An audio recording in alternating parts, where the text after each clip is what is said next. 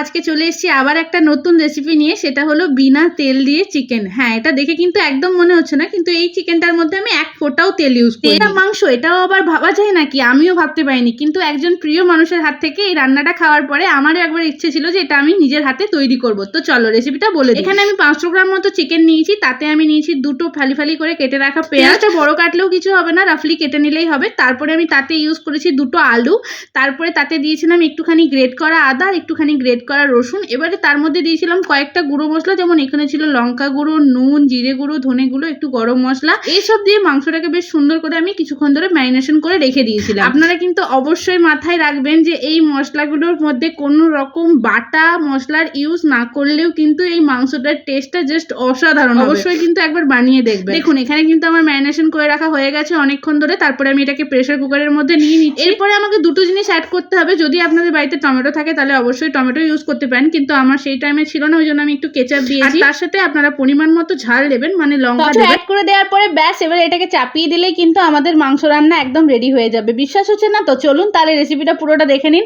দেখুন এখানে আমি কিন্তু জলটা দেওয়াটা কিন্তু একটা ব্যাপার, সেটা হলো জলটা মিনিমাম আপনাকে 500 মাংসে 1 কাপ দিলেই হবে।